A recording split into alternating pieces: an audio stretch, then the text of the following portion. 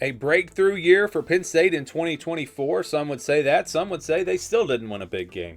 I guess it just depends on how you look at it. James Franklin, though, did get this team to the college football playoff, got them to the Big Ten championship game as well. But how about 2025? What does that schedule look like? What's the record projection? We're going to show you all of that here in this video. And just to let you know, we do have a Penn State channel at the Voice of College Football. It's a brand new channel. Not much content there yet, but content will be coming very soon. So if you're a Penn State fan, head over there, check it out, and subscribe. Penn State wound up with a pretty favorable Big Ten schedule in 2024. So how about 2025? Does it get tougher? Does it get easier? We're going to break it all down for you. So we'll start with the schedule here. And the first thing that jumps out to me is the non-conference. I mean, they just do not play a difficult opponent in the non-conference. You've got Nevada, FIU, and Villanova. So they do not play a Power 4 team. I'm not sure if maybe they had a game scheduled. I know sometimes we've seen this with the conference realignment where teams have a game scheduled, then that team winds up joining the conference, whatever the case may be. I don't know if they ever had a Power 4 opponent scheduled for this year, but they will not play one in 2025. So no Power 4 opponents for Penn State.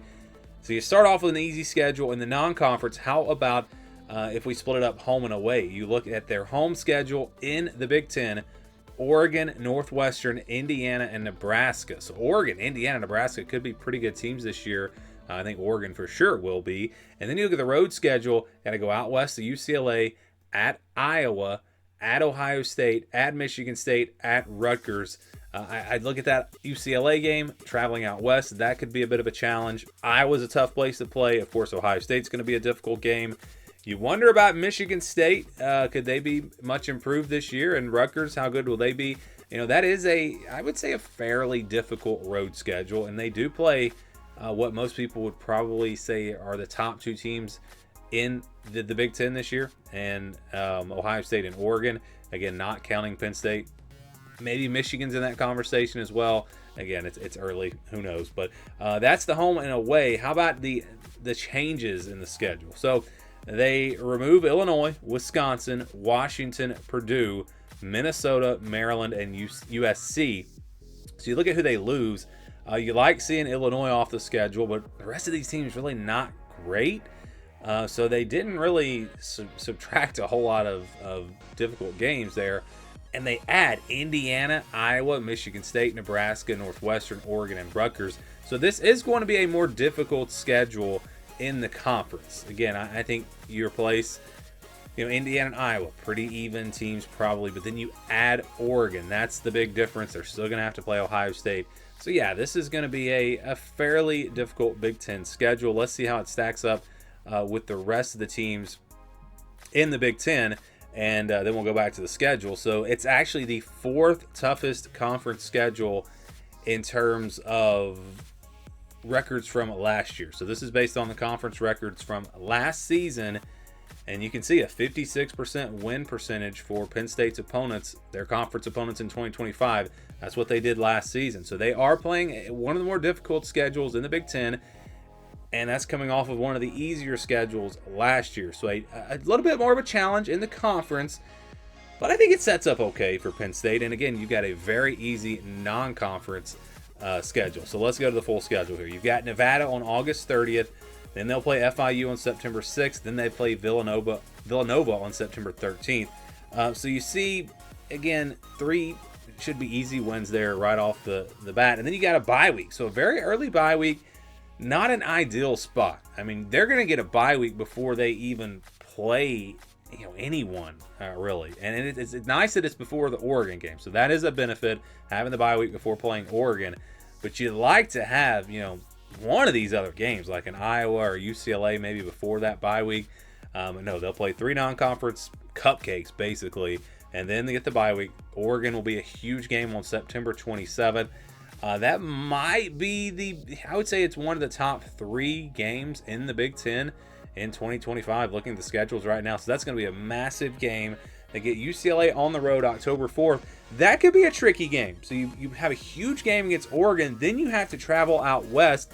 And we saw the records when teams traveled across multiple time zones last season. It was a factor, no doubt about it. So that could be a very tricky game. And the season could really kind of spiral out of control if they were to lose to Oregon and then lose to UCLA. So those are going to be two huge games. Then you get Northwestern back home on October 11th. Then it's a road trip to Iowa. So to me, that stretch right there is going to really tell us about Penn State. We're going to find out, is this team a legit contender again, or is the schedule going to be a little bit too much for them? Maybe they've already got a couple of losses with some tough games remaining. If they can finish undefeated though through that stretch and get to 7-0 going into their second bye week, you feel really good about Penn State getting back to that Big Ten championship. But after that second bye week, they're probably their toughest game of the season because it's on the road. That's Ohio State, November 1st. So a very tough matchup there. Then it's at home against Indiana.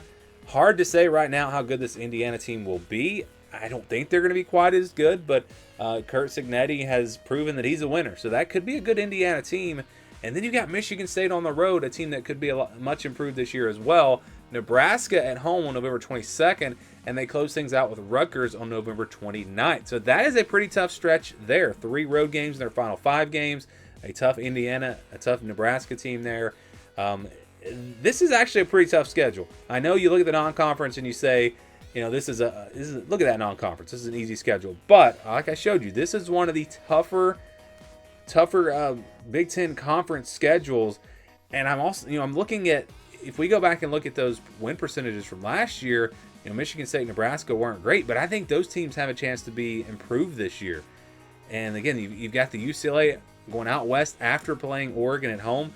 So yeah, this is going to be, I think, one of the tougher, if not the toughest, Big Ten schedules in 2025. Before we get to the record projection for Penn State, just a reminder that we do have memberships now available on the channel. You can get early access to videos like this. You can get exclusive badges and emojis, exclusive posts, polls that you'll be able to vote on, lots of things and more possibly to come in the future. So if you'd like to support the channel, become a member today. A tougher conference schedule for Penn State in 2025. So how does that affect the projection? What is their projected record? Well, before we get to 2025, let's look back at the projections from the last 4 seasons and see how they were. Again, these are not my personal predictions. This is just the formula that we use to get these record projections. In 2021, it was exactly right. They went 8-4. In 2022, the projection was 8-4 again, but they passed that and got to 10-2. In 2023, the projection was right on the money again, 10-2. They finished 10-2. Last season, projection was 10-2 again, but they were able to get to 11-1. So they've beaten the projections 2 of the last 4 years, and then 4 years they got it exactly right on the money. So we'll see what this looks like in 2025. Again, here's the schedule, and this is the scale that we use for our projected record formula. Games in the white, those are games against teams in the same tier, and we do have tier rankings. If you want to look at those, you can see exactly where all the teams are. If Penn State is a tier above a team, then that game goes into the purple, the 61 to 70% range. If that game is on the road, though, it drops back to the 50% range. So that's kind of how we do it. If they're at home and there are 2 tiers above a team, it'll be in the 71 to 80% range. And we use 65%, 75% to calculate those games, 50% of the games in the white. And then if it's over 80, or if it's 80 or more, then that means that it's going to be counted as a win when we do the projections. So we'll start with the easy wins. And you've got 5 of them. You've got Nevada, FIU, Villanova, Northwestern at home, and then Rutgers on the road. Given where I have Rutgers in this tier system, maybe that one should be in the blue. I don't know. But again, it did come out that way. So these are games that will be counted as wins. You would expect Penn State to win these games. And again, this is not, we don't base this off of predicting spreads, but it kind of works out where these games in the green are going to be games where the spread is like 20 or more. If it's in the blue, it's probably a double-digit spread. If it's in the purple, it's probably around a touchdown, 7, 8, 9 points. The 50-50 games spreads that would come out a little bit lower. That's not the way this is calculated, again, but it's just kind of a way to look at it. So you go now to games where I think they're going to be favored by double digits, games where they again are two tiers above their opponents, or potentially three tiers like with UCLA, Michigan State, because those games are on the road. Yeah, UCLA on the road, Michigan State on the road, and then Nebraska at home. And this is not, this is not figure in for the fact that UCLA is on the road right after a big game against Oregon. There is no human element to this. These are just numbers. And again, it gives us a projection of, what to expect for each team. And this is what you can expect for Penn State. And like you saw there a second ago, it's usually pretty accurate. So UCLA, Michigan State, Nebraska, those will be games where where Penn State should win.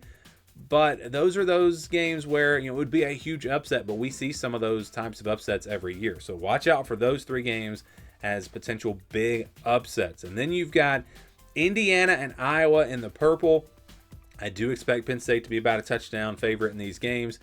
Again, with Indiana, I don't know how good they're going to be. That's going to be a tough team to predict. A lot of movement in the transfer portal there. Was it a one-hit wonder for them last year, or will they do this consistently? I don't know. So that's a tough one to predict.